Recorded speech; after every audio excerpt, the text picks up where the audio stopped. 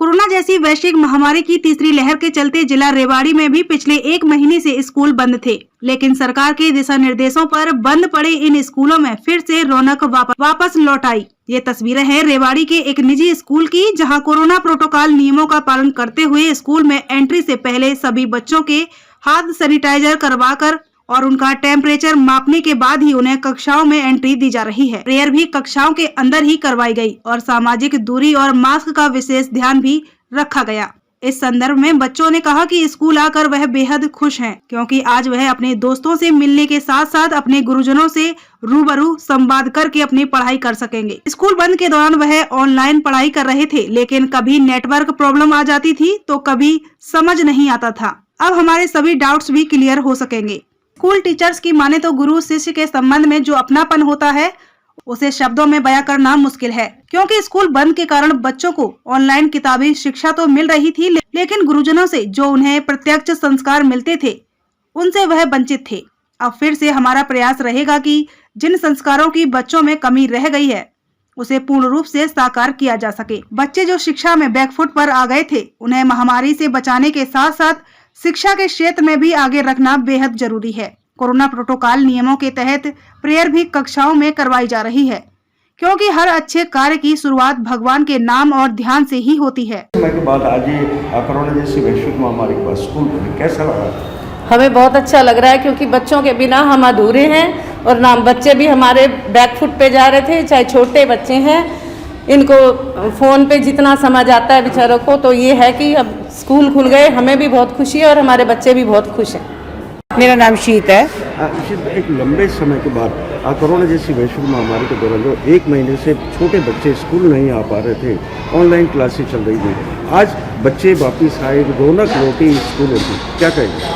Sir मैं तो ये कहूँगी कि स्कूल की रौनक ही बच्चे होते हैं। अगर स्कूल में बच्चे नहीं हैं तो ये एक सुनसान बिल्डिंग बन जाती है जिसका कोई आनंद नहीं है। आज हमारी ऑनलाइन क्लासेस चल रही थी, कंटिन्यू बच्चों का वर्क हो रहा था, ऐसा नहीं है कि नहीं हो रहा और अच्छे से हो रहा था, बच्चे पढ़ भी रहे थे।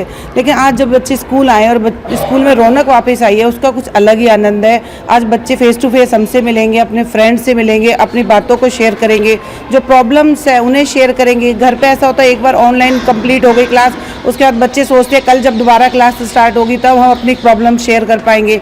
आज बच्चों को अगर कोई प्रॉब्लम होती है तुरंत वो 6 घंटे हमारे पास है, वो थोड़ी देर बाद हमसे फिर से वो अपनी प्रॉब्लम शेयर कर सकते हैं, समझ सकते हैं और अपने रूटीन पर आ सकते हैं। कोरोना जैसी वैश्विक महामारी के लंबे दौर के बाद आज मासूम स्कूल में आए और पहले ऑनलाइन क्लासेस चल रही थी, स्कूल की रौनक फिर से दोबारा लौटी, क्या व्यवस्था है स्कूल के अंदर? सबसे पहले जैसे ही बच्चे आ रहे हैं गेट के ऊपर ही हम बच्चों के हाथों को सैनिटाइज करवा रहे हैं।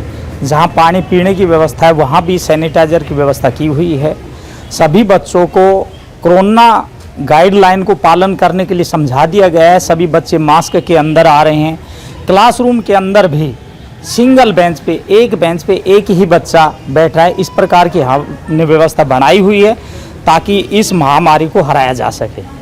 स्कूल में पढ़ाई की शुरुआत एक अच्छे काम से यानी प्रेयर से होती है। हमने देखा कि क्लास के अंदर ही प्रेयर हो रही है। कोरोना गाइडलाइन के अनुसार ज़्यादा बच्चों को हम गैदर नहीं कर रहे, इसलिए क्लासरूम के अंदर ही सबसे पहले हम कोई भी कार्य शुभ कार्य करते हैं तो भगवान का नाम लेते हैं। हम अपने हर धर्म के अपने हिसाब से याद करते हैं भगवान को।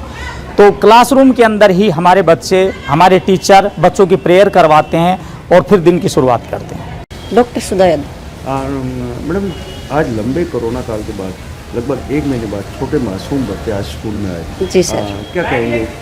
सर देखिए, महामारी की मार पूरे देश पे है और उसमें हम और आप भी जुड़े हुए हैं। इसमें सबसे ज़्यादा जो प्रभाव पड़ा है वो हमारी शिक्षा पर पड़ा है।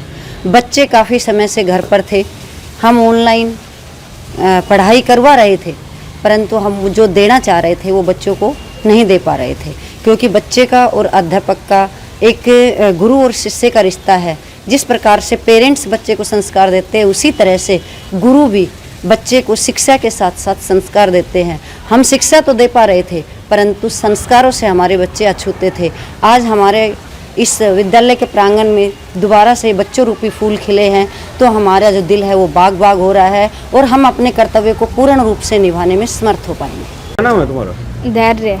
तेरे आज लंबे समय के बाद स्कूल आए, कैसा लग रहा है? ऑनलाइन क्लास ठीक थी या आज स्कूल आके अच्छा लगा? स्कूल आके अच्छा लगा और ऑनलाइन क्लास में भी अच्छी पढ़ाई होती थी पर डाउट्स क्लियर नहीं हो पाते थे। तो आज जो पढ़ाई होगी क्लास में अब जा रहे हैं, लगता है कि वो डाउट सारे पूरे हो पाएंगे, क्लियर हो पाएंगे? हाँ, क्योंकि टीचर से हम पूछ सकते हैं और ऑनलाइन क्लास में हम पूछ नहीं पाते थे। मेरा नाम बबीता शर्मा है। हाँ उनका आज लंबे समय के बाद स्कूल आए, कैसा लग रहा है? ऑनलाइन में और प्रत्यक्ष रूप से पढ़ने में कितना फर्क है? सर कभी तो ऑनलाइन क्लासेस में नेटवर्क के इश्यूज हो जाते थे और कभी नेटवर्क नहीं आते थे, कभी मैम नहीं दे पाती थी, इसलिए थोड़े डाउट्स क्लियर नहीं हो पाते थे। अब स्कूल में आने पर हम मैम से कंसल्ट भी कर सकते हैं कि क्या चीज़ आने है क्या नहीं आना। तो वो बोर्ड की क्लासेस है, इससे इतने कंसल्ट नहीं हो पाते थे। आज अपने पुराने फ्रेंड्स से भी मिलेंगे, टीचर से भी मिलेंगे, कैसा लगा? अच्छा लग रहा है। क्या नाम बेटा? चंदन। चंदन, क्या कहोगे आज लंबे समय के बाद आज स्कूल आए? इतने दिनों बाद स्कूल आके अच्छा लग रहा है कि वो ऑनलाइन क्लासेस भी होती थी बट कुछ समझ में नहीं आता था अच्छी तरह। इतने दिनों बाद स्कूल आ रहे हैं, टीचर से मिल रहे हैं, फ्रेंड से मिल रहे हैं और अब हमारे सारे कॉन्सेप्ट भी क्लियर हो जाएंगे। मैं तो यही प्रार्थना करूँगा कि कोरोना जैसी महामारी जल्दी चली जाए और हमारा स्कूल रेगुलरली लगे।